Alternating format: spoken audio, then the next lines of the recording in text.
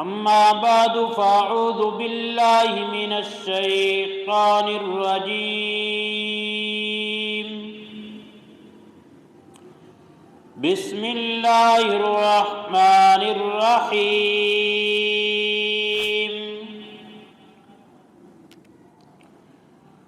قال الله تبارك وتعالى في القرآن المجيد والفرقان الحميد: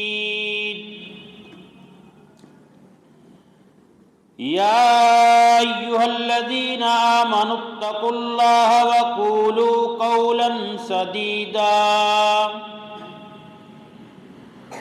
يصلح لكم أعمالكم ويغفر لكم ذنوبكم ومن يطع الله ورسوله فقد فاز فوزا عظيما. قال النبي صلى الله عليه وسلم: قال ربكم عز وجل: لو أن عبيدي أطاعوني لأسقيتهم المطر بالليل وأطلعت عليهم الشمس بالنهار ولم أسمعهم صوت الرعد. صدق الله مولانا العظيم وصدق رسوله النبي الكريم ونحن على ذلك لمن الشاهدين والشاكرين والحمد لله رب العالمین.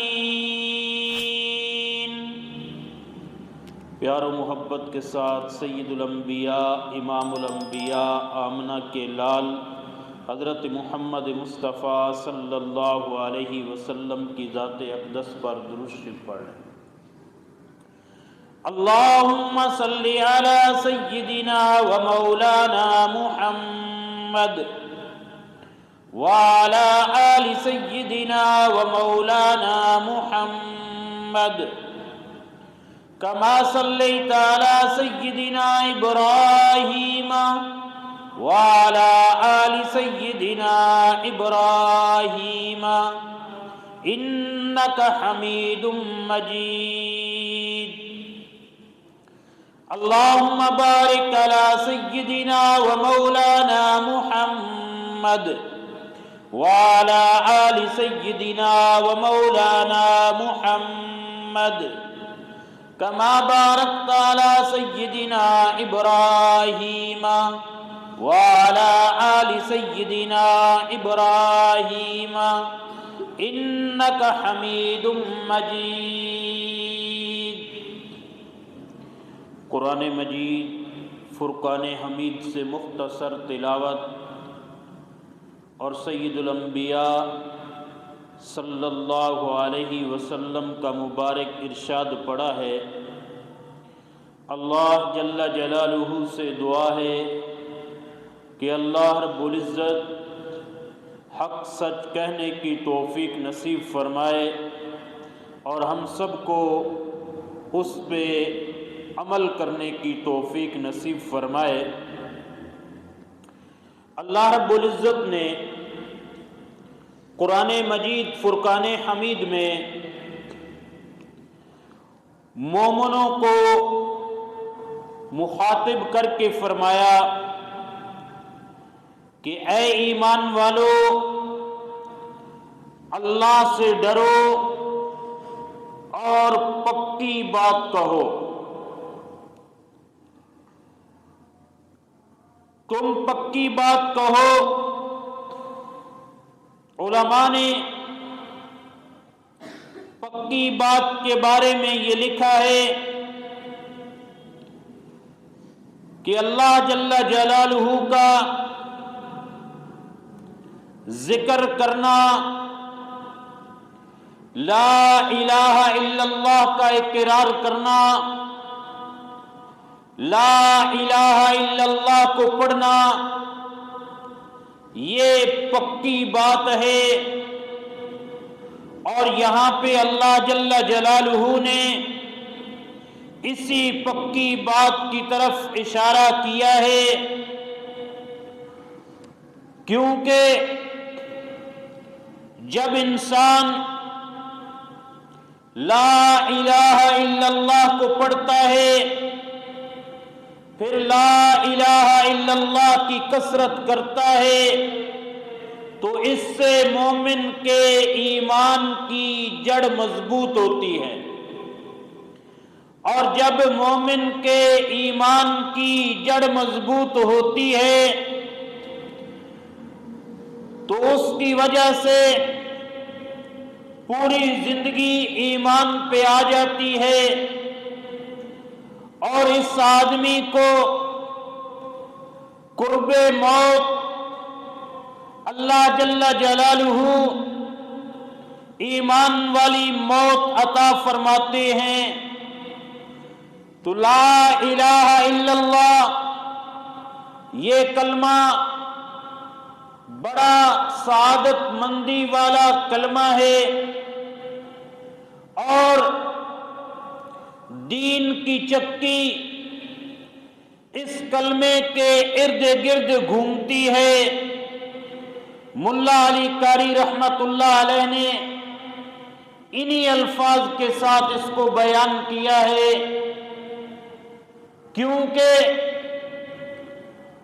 دین کا جتنا بھی دار و مدار ہے اس کی بنیاد یہ کلمہ ہے کہ لا الہ الا اللہ کے اوپر میں اور آپ اور پوری انسانیت آ جائے، ایک اللہ کی معبودیت کو مان لے، اس کی خالقیت، اس کا رازق ہونا، اس کی تمام صفات کو اپنے دل میں بٹھانا اور اخلاص کے ساتھ بٹھانا، یہ ایمان کی مضبوطی ہے۔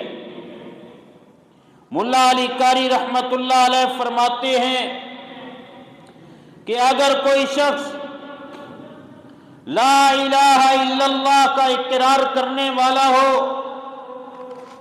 تو اللہ جل جلالہ اس کو ایمان والی موت عطا فرماتے ہیں۔ جب اس کی موت ایمان پہ آ گئی، اب اس کی دنیا بھی کامیاب ہے، اس کی آخرت بھی کامیاب ہے۔ یہ ضروری ہے، کیونکہ حدیث پاک کے اندر میرے اور آپ کے پیغمبر سید الانبیاء صلی اللہ علیہ وسلم نے فرمایا کہ جو شخص لا الہ الا اللہ کو اخلاص کے ساتھ پڑھتا ہے اس کے لیے کل قیامت کے دن میں شفاعت کروں گا۔ پوچھا گیا یا رسول اللہ صلی اللہ علیہ وسلم اخلاص کے ساتھ پڑھنے کا کیا مطلب ہے؟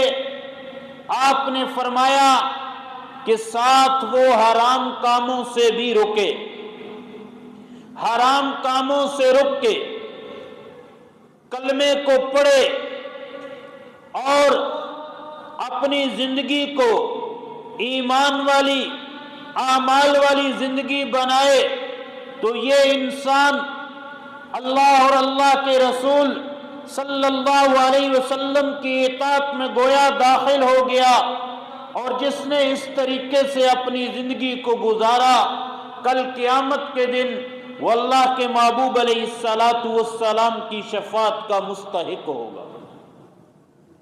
اور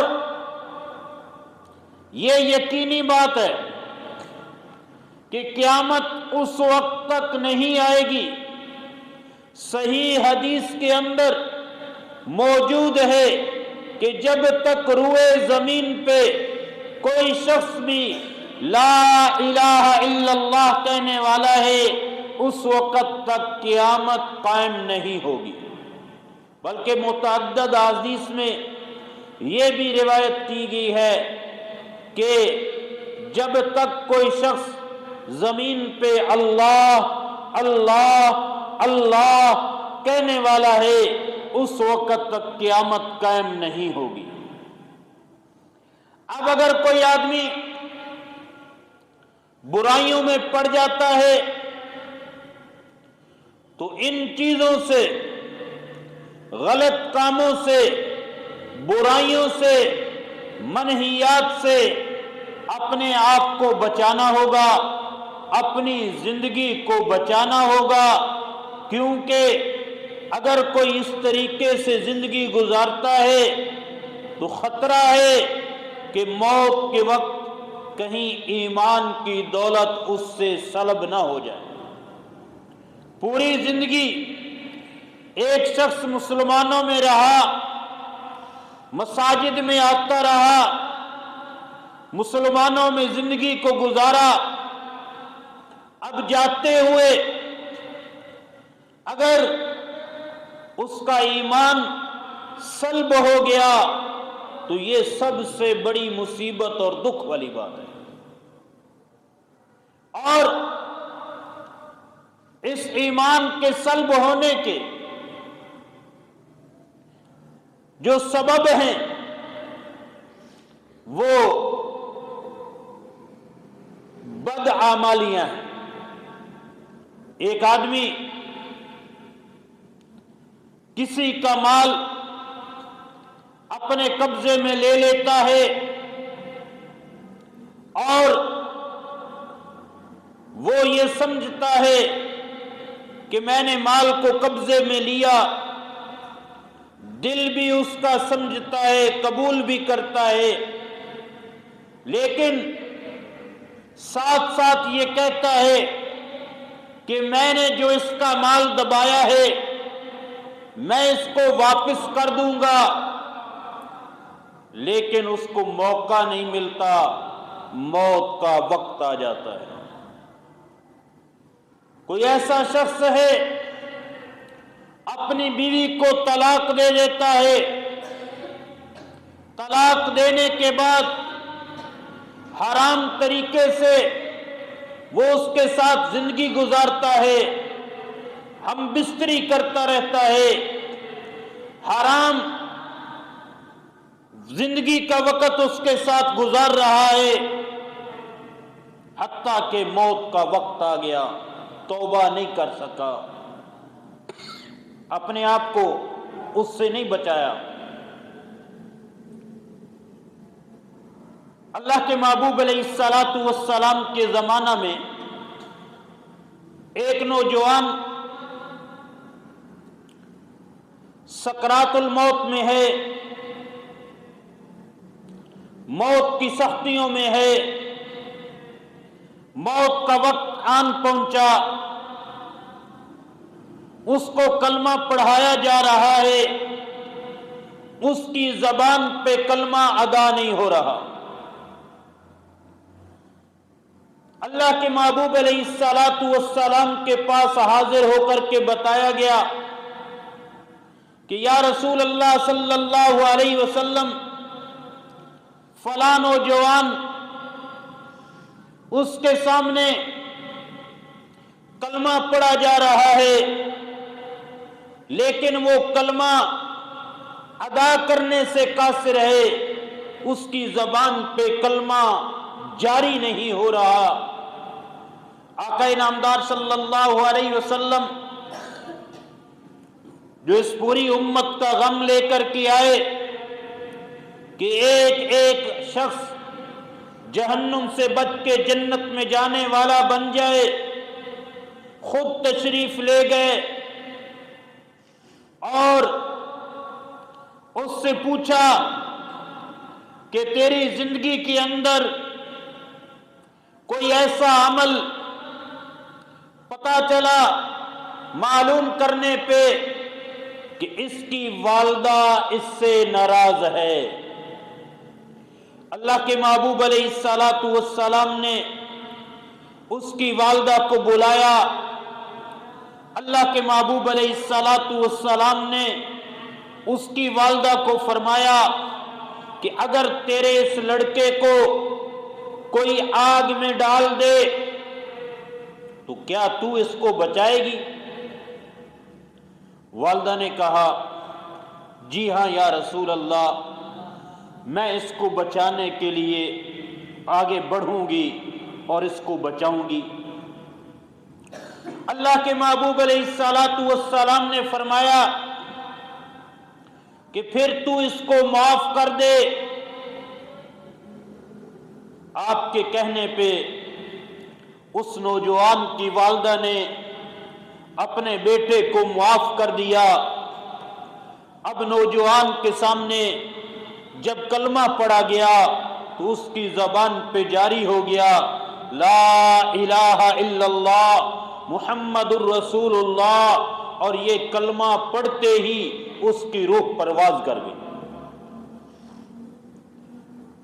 اللہ کے محبوب علیہ السلام کے اس عمل کی وجہ سے وہ نوجوان جنت کا مستحق بن گیا۔ تو لہذا زندگی کے اندر اپنی بدعمالیوں کی وجہ سے اپنے ایمان کی حفاظت کو ذہن میں رکھنا چاہیے کہ کہیں میرا ایمان سلب نہ ہو جائے، اور کثرت کے ساتھ اس کلمے کو پڑھا جائے لا الہ الا اللہ، لا الہ الا اللہ، لا الہ الا اللہ۔ حدیث میں آتا ہے کہ افضل الذکر لا الہ الا اللہ، کہ افضل ذکر وہ لا الہ الا اللہ ہے۔ وَأَفْضَلُ الدُّعَاء الحمدللہ، اور افضل جو دعا ہے وہ الحمدللہ ہے۔ الحمدللہ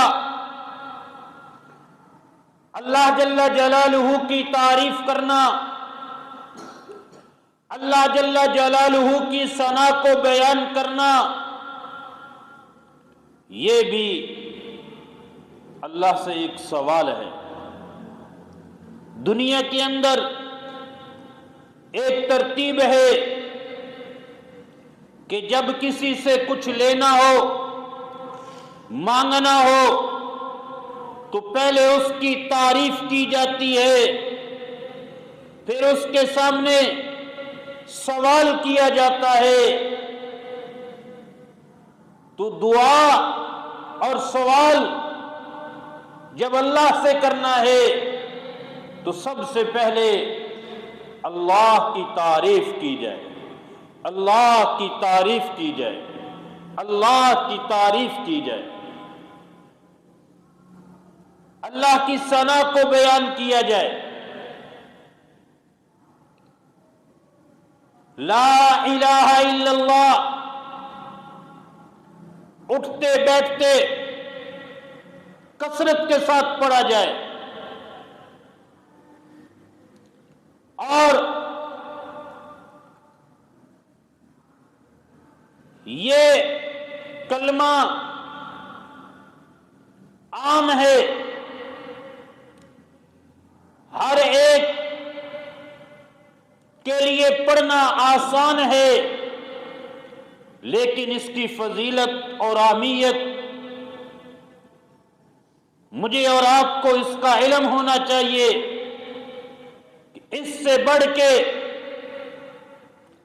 کسی اور کی فضیلت اور اہمیت نہیں ہے پوری کائنات میں۔ جتنی فضیلت اور اہمیت اس کلمہ لا الہ الا اللہ کی ہے۔ حضرت موسیٰ علیہ السلام اللہ جل جلالہ سے عرض کرتے ہیں کہ یا اللہ مجھے کوئی ایسا ورد بتائیے، مجھے کوئی ایسا وظیفہ بتائیے کہ جو سب سے افضل ہو اور میں تیرا قرب حاصل کروں. اللہ جل جلالہ نے فرمایا کہ اے موسیٰ تو پڑھا کر لا الہ الا اللہ. حضرت موسیٰ علیہ السلام پھر عرض کرتے ہیں یا اللہ یہ تو سارے پڑھتے ہیں، مجھے کوئی خاص ورد اور وظیفہ بتائیے. تو اللہ رب العزت نے فرمایا اے موسیٰ اگر سارے کے سارے آسمانوں اور ساری کی ساری زمینوں کو ایک پلڑے میں رکھ دیا جائے اور اس کلمے کو ایک پلڑے میں رکھ دیا جائے تو کلمے والا پلڑا بھاری ہوگا.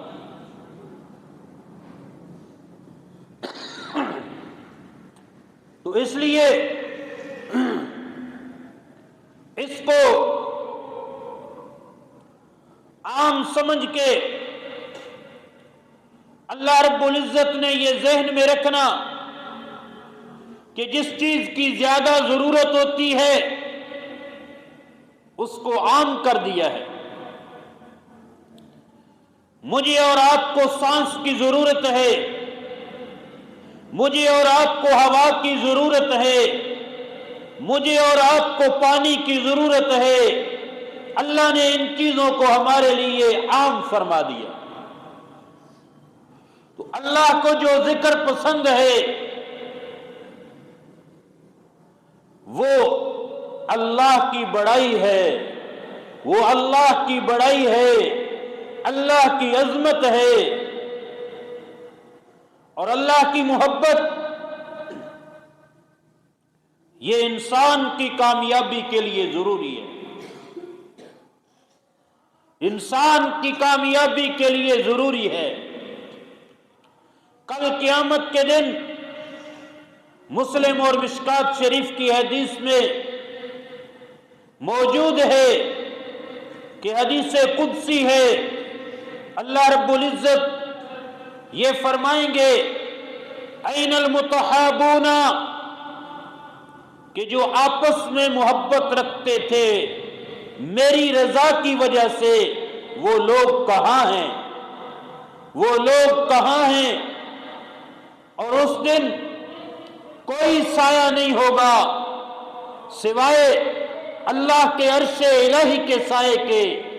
اللہ فرمائیں گے لا ذل الا ذلی، کہ وہ لوگ میرے عرش کے سائے کے نیچے آ جائیں، میرے عرش کے سائے کے نیچے آ جائیں. پھر یہ لوگ اللہ کے عرش کے سائے کے نیچے ہوں گے. ایک حدیث میں آتا ہے کہ قیامت کے دن انبیاء، شہداء کچھ لوگوں کو دیکھ کے ان پہ رشک کریں گے اور پھر پوچھیں گے کہ یہ لوگ جن کو اللہ رب العزت نے اتنا بلند مقام عطا فرمایا، اتنی عزت اور عظمت عطا فرمائی، یہ لوگ کون لوگ ہیں؟ ان کو بتایا جائے گا کہ یہ لوگ وہ ہیں جو دنیا میں اللہ کے لیے آپس میں محبت کرتے تھے. یہ لوگ وہ لوگ ہیں جو دنیا میں اللہ کے لیے آپس میں محبت کرتے تھے. تو اللہ کے لیے آپس میں محبت کرنا یہ بھی اللہ کو بڑا پسند ہے. اور ان لوگوں کو مقام جو مل رہا ہے عظیم مقام ہے. کسی سے محبت کی جائے اللہ کی رضا کے لیے کی جائے کہ میرا رب اس سے راضی ہو جائے، دنیا کی غرض نہ ہو، تجارت کی غرض نہ ہو، اپنا کوئی لالچ اور طمع نہ ہو، تو یہ اللہ کو بڑا پسند ہے. مشکات شریف میں ایک واقعہ ذکر ہے کہ امم سابقہ میں ایک شخص بغیر تجارت، بغیر کسی دنیاوی غرض کے صرف اور صرف اللہ کی رضا کے لیے ایک شہر سے یا ایک بستی سے دوسری بستی میں جانے کا ارادہ کرتا ہے، تو اللہ جل جلالہ نے اس کے راستے میں ایک فرشتہ بٹھا دیا۔ فرشتہ انسانی شکل میں بیٹھ گیا۔ اب یہ اللہ والا، یہ شخص جو اللہ کی رضا کے لیے دوسرے اللہ والے کی ملاقات کے لیے جانا چاہ رہا ہے، اس کی زیارت کے لیے جانا چاہ رہا ہے، یہ اس راستے سے گزرتا ہے تو وہ فرشتہ روک کے پوچھتا ہے کہ آپ کہاں سفر کے لیے جا رہے ہیں اور کس غرض کے لیے جا رہے ہیں؟ اس شخص نے بتایا کہ میں اللہ کی رضا کے لیے، اللہ کی رضا کے لیے دوسری بستی میں جا رہا ہوں، ایک اللہ کے بندے کو ملنے کے لیے جا رہا ہوں، میری اور کوئی غرض نہیں ہے۔ تو فرشتے نے اس کو بتایا کہ میں فرشتہ ہوں، اللہ نے مجھے انسانی شکل میں بھیجا ہے، تو اللہ رب العزت کی طرف سے تجھے بھی یہ پیغام ہے کہ جیسے تو بغیر کسی غرض کے اللہ کی رضا کے لیے اس کے ساتھ محبت کرتا ہے، اللہ بغیر کسی غرض کے تیرے ساتھ محبت کرتے ہیں۔ تو اللہ کی محبت یہ انسان کو بلندیوں پہ لے جاتی ہے، رفتوں پہ لے جاتی ہے، عظمت والا مقام عطا فرماتی ہے۔ اللہ کی یاد اٹھتے بیٹھتے، چلتے پھرتے، اور اللہ نے وَمَن يُطِعِ اللَّهَ وَرَسُولَهُ فَقَدْ فَازَ فَوْزًا عَظِيمًا، اللہ نے کامیابی اپنی اور اپنے محبوب علیہ السلام کی اطاعت میں رکھی ہے۔ جو اللہ کی اطاعت کرے گا وہ کامیاب ہوگا، اللہ کے رسول صلی اللہ علیہ وسلم کی اطاعت کرے گا کامیاب ہوگا۔ اللہ کے محبوب علیہ السلام فرماتے ہیں قال ربکم عز وجل لو ان عبیدی اطاعونی، حدیث قدسی ہے کہ اگر میرے یہ بندے میری اطاعت کریں، اگر میرے یہ بندے میری اطاعت کریں، لَأَسْقَيْتُهُمُ الْمَطَرَ بِاللَّيْلِ، تو یہ رات کو سو رہے ہوں گے، میں ان پہ بارش برساؤں گا، وَأَطْلَعْتُ عَلَيْهِمُ الشَّمْسَ بِالنَّهَارِ، صبح کے وقت اٹھیں گے، دن کو میں سورج کو چڑھاؤں گا۔ اور آگے فرمایا لَمْ أُسْمِعْهُمْ صوت الرعد، اور ان کے کانوں تک کڑک اور بجلی کی آواز بھی نہیں پہنچے گی۔ یعنی اگر یہ میری اطاعت کریں گے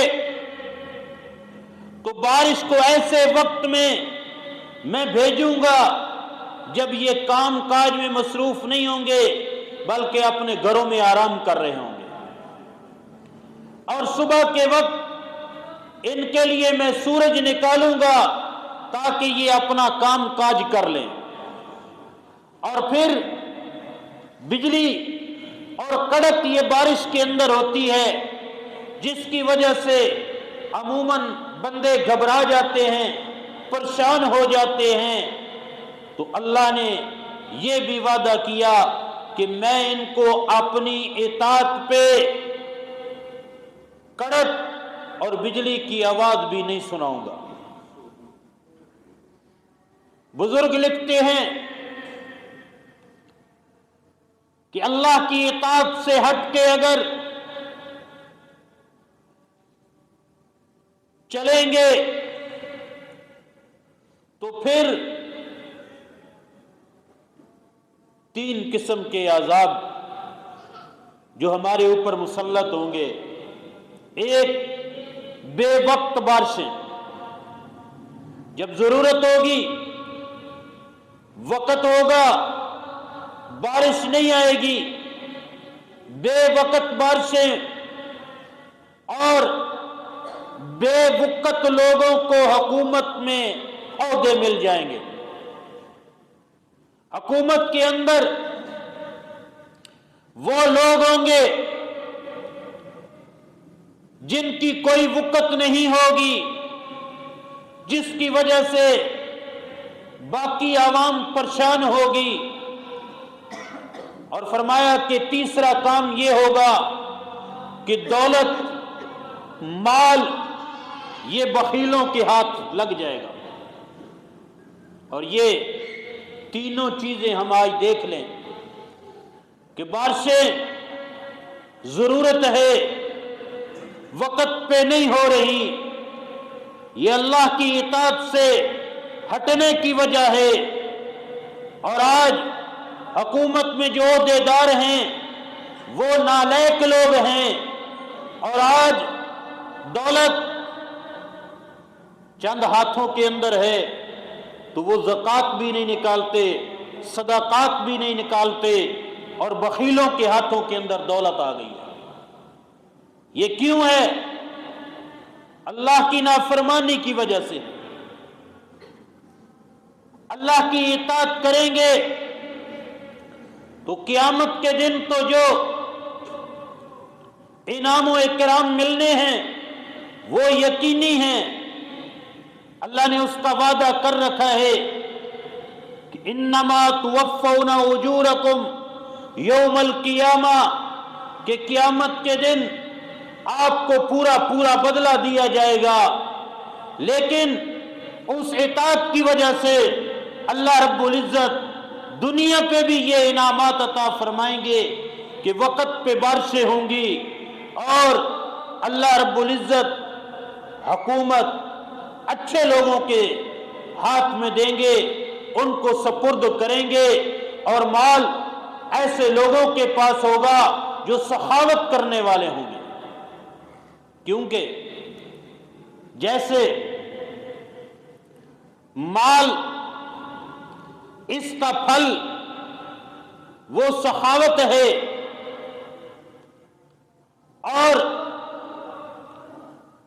دنیا کے اندر کوئی کام کسی قسم کا کرتا ہے، اللہ اس کو اس کا پھل عطا فرماتے ہیں، ایسے ہی اللہ کی اطاعت کا پھل بھی ہے، اور اللہ کی اطاعت کا جو پھل ہے وہ اللہ کی رضا ہے۔ جب اللہ کی رضا مل جائے گی، اللہ نے قرآن میں فرمایا وَرِضْوَانُ اللَّهِ اکبر، اللہ کی رضا سب سے بڑی ہے، اللہ کی رضا سب سے بڑی ہے۔ اور جب اللہ کی رضا مل جائے پھر دنیا کے بھی سارے معاملات حل ہو جائیں گے، آخرت کے بھی معاملات حل ہو جائیں گے۔ اس کے لیے اطاعت والی زندگی میں آنا ہوگا۔ حضرت عطا اسلمی رحمت اللہ علیہ کے بارے میں آتا ہے کہ ایک سال قحط پڑا، لوگوں کو لے کر کے وہ قبرستان کی طرف باہر میدان میں گئے تو قبرستان کے ساتھ میدان تھا، قبرستان میں حضرت سعدون رحمت اللہ علیہ بیٹھے تھے۔ وہ تشریف لائے اور پوچھا عطا اسلمی یہ لوگ کہاں جا رہے ہیں؟ انہوں نے جواب دیا اللہ سے بارش کی دعا کرنے کے لیے آئے ہیں۔ تو حضرت سعدون رحمت اللہ علیہ فرمانے لگے کہ دعا جو کرنی ہے وہ آسمانی دل کے ساتھ کرنی ہے یا زمینی؟ تو حضرت عطا اسلمی رحمت اللہ علیہ نے جواب دیا کہ حضرت آسمانی دل کے ساتھ۔ حضرت سعدون رحمت اللہ علیہ کہنے لگے کہ عطا اسلمی ان لوگوں کو کہہ دو کہ یہاں پر کھوٹے سکے نہ چلائیں، کھوٹے سکے نہیں چلتے اللہ کے ہاں بھی، اپنے کھوٹے سکے نہ چلائیں۔ اور پھر حضرت سعدون رحمت اللہ علیہ نے اپنے ہاتھوں کو اٹھایا اور اللہ کے سامنے یہ دعا کی کہ یا اللہ ہم گناہگار تیرے بندے ہیں، یا اللہ ہمارے گناہوں کی وجہ سے ان شہروں کو برباد نہ کر، یا اللہ اپنی رحمت کی بارش برسا۔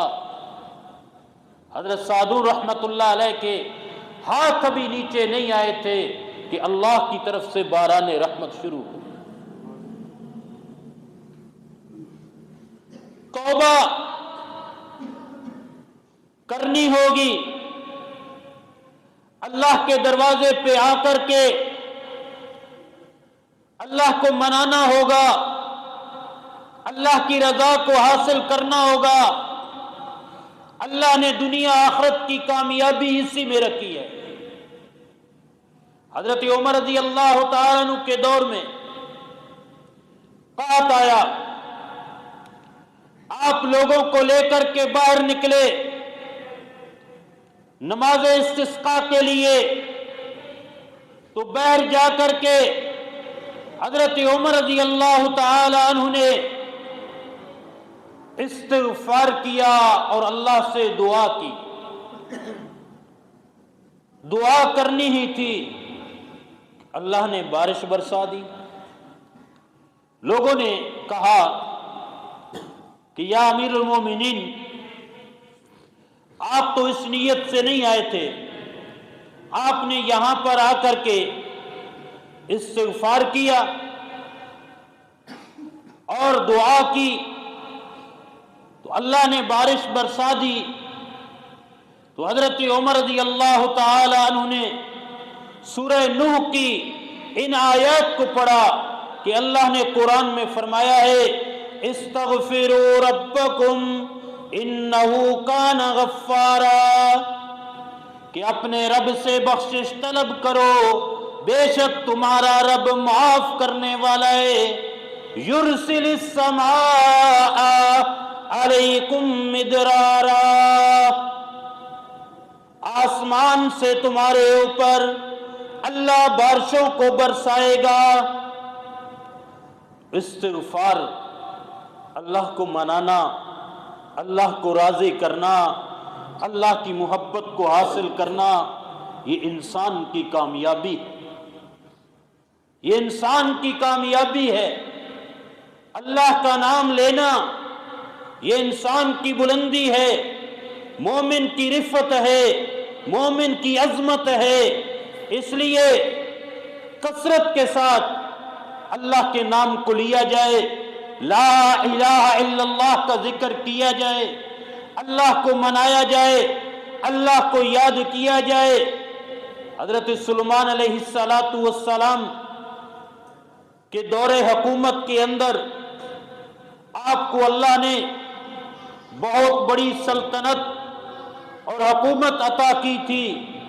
اللہ نے آپ کو عظیم الشان ایک معجزہ عطا کیا تھا کہ ایک اللہ نے آپ کو تخت عطا فرمایا تھا جس میں آپ کے احباب اور اصحاب بیٹھے ہوتے تھے، جو سونے چاندی کی کرسیاں لگی ہوتی تھیں، اور وہ تخت، وہ مسافت جو تیز ترین سواری 1 مہینے کے اندر طے کر سکتی تھی، حضرت سلیمان علیہ السلام کا وہ تخت ہوا کے ذریعے سے صبح سے شام تک طے کر لیتا تھا۔ تو ایک دن آپ اس تخت پہ سفر کر رہے ہیں، تخت پہ سفر کرتے ہوئے جا رہے ہیں، اللہ کے ذکر میں مصروف ہیں، اللہ کے ذکر کے اندر منہمک ہیں، اللہ کا ذکر کرتے ہوئے جا رہے ہیں کہ نیچے سے ایک ان کی رعایا اور امتی نے دیکھ کے کہا کہ آل داؤد، سبحان اللہ، اللہ نے آپ کو کیسی حکومت اور سلطنت عطا کی ہے۔ تخت کو دیکھ کے کہا سبحان اللہ، اللہ نے آپ کو کیسی حکومت اور سلطنت عطا کی ہے۔ تو ہوا کے ذریعے سے یہ بات حضرت سلیمان علیہ السلام کے کانوں تک پہنچی۔ حضرت سلیمان علیہ السلام نے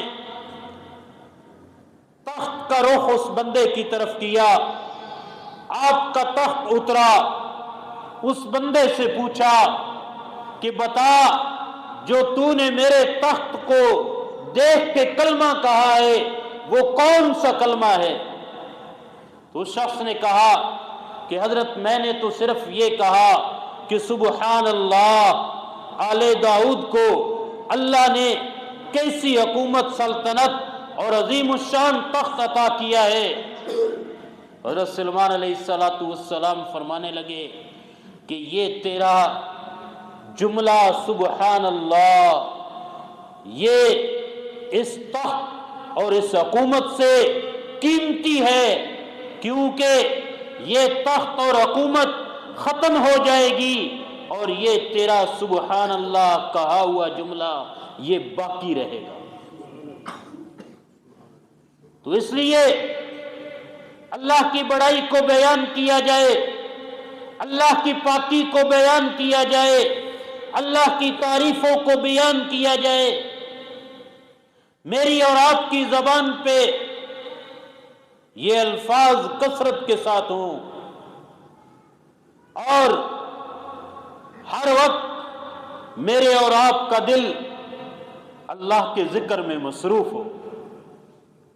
اللہ اللہ اللہ، لا الہ الا اللہ، سبحان اللہ، الحمدللہ، لا الہ الا اللہ، اللہ اکبر، لا حول ولا قوت الا باللہ العلی العظیم، سبحان اللہ وبحمدہ، سبحان اللہ العظیم۔ بس آج یہی پیغام میں دینا چاہتا ہوں کہ میں اور آپ بھی اللہ کی عظمت کو بیان کرے، بڑائی کو بیان کرے، اپنے آپ کو اللہ اور اللہ کے رسول کی اطاعت میں داخل کریں۔ انشاءاللہ ہم سب کے حالات یوں بدلیں گے، جب اللہ کی رضا آئے گی تو پھر یہ دنیا بھی میرے اور آپ کے سامنے ایسے آئے گی جیسے صحابہ کرام رضوان اللہ اجمعین کے سامنے آئی تھی۔ کفر مغلوب ہوگا، اسلام غالب ہوگا۔ اس کے لیے شرط ہے کہ میرے اور آپ کے گھروں میں اللہ اور اللہ کے رسول کی بات ہو، اللہ اور اللہ کے رسول کا ذکر ہو۔ اللہ تعالیٰ مجھے آپ کو، تمام مسلمانوں کو اپنے احکامات اور اپنے پیارے محبوب علیہ السلام کی مبارک سنتوں پہ عمل کرنے کی توفیق نصیب فرمائے۔ وآخر دعوانا ان الحمد للہ رب العالمین۔ اللہ اللہ اللہ اللہ اللہ اللہ اللہ اللہ اللہ